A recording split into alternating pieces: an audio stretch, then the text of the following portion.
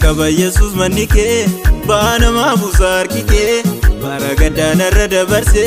foli ko isana furgese nargane hamandi niko situ anaftaideko sikiendo malenjirada kuno masgalata siflada kuno masgalata siflada kuno masgalata siflada kuno masgalata siflada kuno masgalata siflada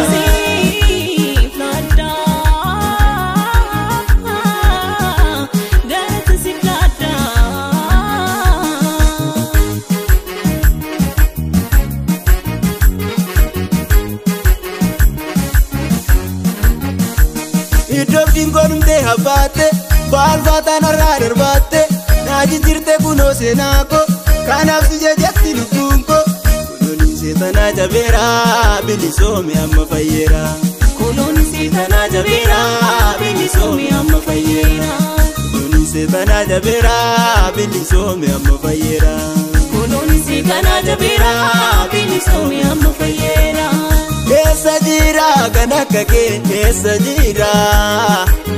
jira situ hidana majira esa jira ganakake esa jira situ hidana majira Kaba Yesus manike bana mabusar kike baragadana radabarse foli ko isana furgese nargane hamandi niko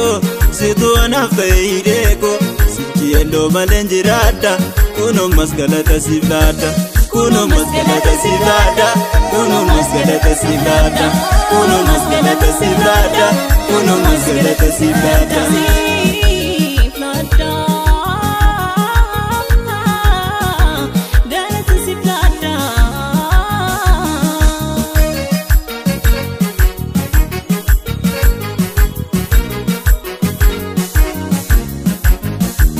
Gavor mi gatena dize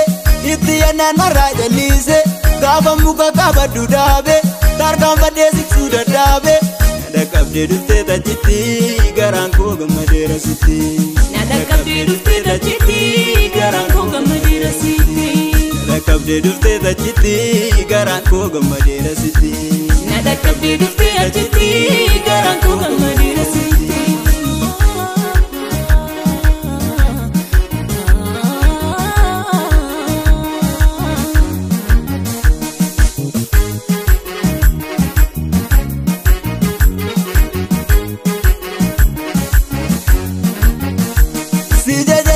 Yesus ko situ alnaf kabe bokuko karagenas gaye jirade duveram galata ke bade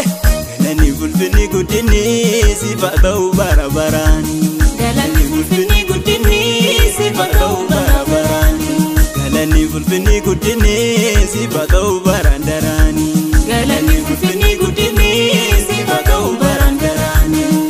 Kaba Yesus manike bana mabusar kike baragadana radabarse foli ko isana furgese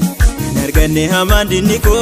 situ anaftaideko sikiendo malenjirada kuno masgalata siflada kuno masgalata siflada kuno masgalata siflada kuno masgalata siflada kuno masgalata siflada